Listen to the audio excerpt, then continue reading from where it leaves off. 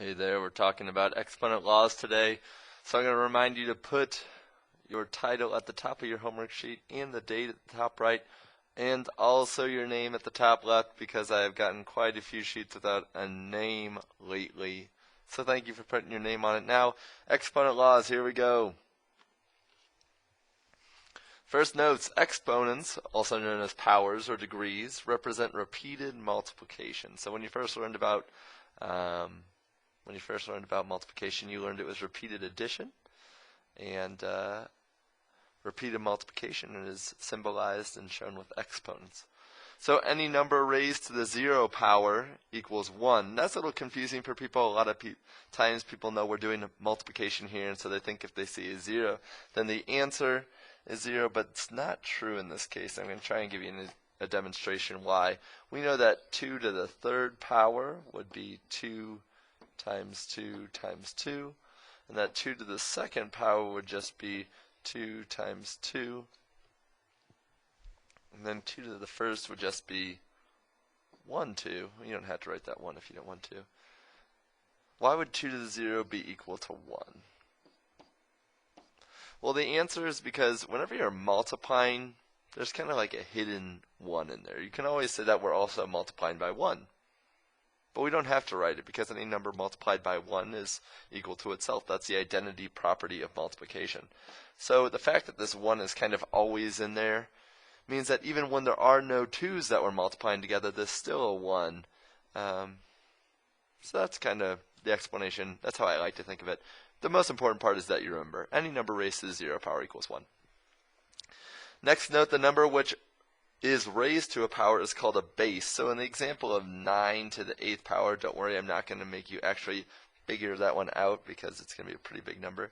We know that this is the exponent. I'm going to put this in red because I'd like you to take this part down. And 9 to the 8th, we have the exponent, or power, and you can also call it, this is 9 to the 8th degree, or degree 8. So it's also degree, like a deodorant. Sometimes middle schoolers smell bad. They use deodorant. This is the base, so the number which is being raised to a power is called the base. Let's check out the next set of notes. When multiplying with the same base, we can just add exponents. So we need to pay attention to each part of that when we're multiplying, not when we're adding, subtracting, or dividing. When we're multiplying and the numbers have the same base, we can add exponents. So if we have 2 to the 3rd times 2 to the 4th, well, I can rewrite that as a single base and a single exponent by thinking, what does 2 to the 3rd mean? It means we're going to have 3 2's multiplied together. And then we have multiplication in between. And then 4 2's multiplied together more. So 4 more 2's. Well, how many 2's are we going to have in total? Just 7. We're just looking at this first one. This first base and exponent told us how many 2's do we start with that are multiplying together. We're multiplying 3 2's and 4 more 2's. We're just multiplying 7 2's. So this is 2 to the 7th. That's a good little tip to know, especially if the numbers get bigger and you don't want to write out all of this. It gets too much to write out. So it's just good to know that rule. Then when dividing with the same base, we can subtract exponents. So if we're dividing, not subtracting, but if we're dividing with the same base. So if we have 3 to the 5th, sorry. If we have 3 to the 5th, and we're dividing by 3 squared, or 3 to the 2nd power, we'll have 3 times 3 times 3 times 3 times 3, or 5 3's on top, and 2 3's on bottom. Now if you're going to multiply, do this with me. Take your age, multiply by 3.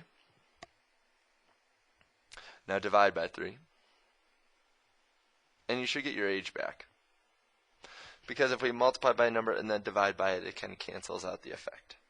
So in this case, we can cross out these 3's. Those two cancel each other out, and so did these, that pair of 3's. So we're just left with 3 to the 3rd. And the idea there is an easier way to do that would just to say, if we have 5 3's on top, and of those 5 3's, 2 are going to get canceled out by the ones below, then we'll be left with 3. How do we get that? We just could subtract. That works. Let's do some examples. I'm looking at this first one. It says 9 squared, and there's no symbol, so we just know that they are implying or meaning for us to do multiplication. 9 squared times 2 to the third. Well, we don't have the same base, so we can't use any of our rules, so we're just going to have to multiply it out. 9 squared means 9 times 9, and 2 to the third means 2 times 2 times 2. 9 times 9 is 81, and 2 times 2 is 4, times another 2 will be 8. And we can kind of just figure this one out. 8 times 1 would be 8, and 8 times 8 would be 64. 648. Easy enough. The second one, we're just using a variable, so it's f to the 5th power times f to the 2nd power times f to the 0 power. Now, one way to think about this is to say, well, we can just add the exponents because we have the same base. So 5 plus 2 plus 0 would be 7. So this is just saying f to the 7th power. Don't be confused by that f to the 0. Another way would say f to the 0 is equal to 1. So if we're just multiplying by 1, then nothing's really going to change. And then we could just say, well, we're going to have 5 f's and 2 more. So yeah, f to the 7 makes sense. Good. That one's great. This last one is more involved, a little more difficult, so we're going to have to use all of our laws. 3 to the 5th times 3 to the 2nd times 3 to the 8th, all divided by 3 to the 8th times 3 to the 4th. Well, let's just take it top and bottom, do one thing at a time. We're going to talk in the next video about the fact that the fraction bar can be a grouping symbol, so let's take the top first. We have the same base, and if we're multiplying all of those, if we're multiplying the same base, we can add the exponents. So when I look at that, I see 8 plus 2 is 10 really easily, and then 5 more would be 15. So this is 3 to the 15th, and what do we have on bottom? 3 to the 8th times 3 to the 4th. Again, multiplying the same bases, we can add those. We have 3 to the 12th. Now, we said that when we're dividing now with the same base, we can subtract. So 3 to the 15th. 3 to the 15th divided by 3 to the 12th means 3 to the 15 minus 12. That's 3 to the 3rd. And that'd be 3 times 3 times 3. We can do that one mentally. This is a cube. 3 times 3 is 9. Times another 3 would be 27. I'm going to leave you, as always, with some practice problems to do on your own. Please make sure you have all the notes and your name at the top. Here you go. The first one is 4 to the 12th divided by 4 to the 9th. And the second one is 2 to the 2nd times 2 to the 3rd.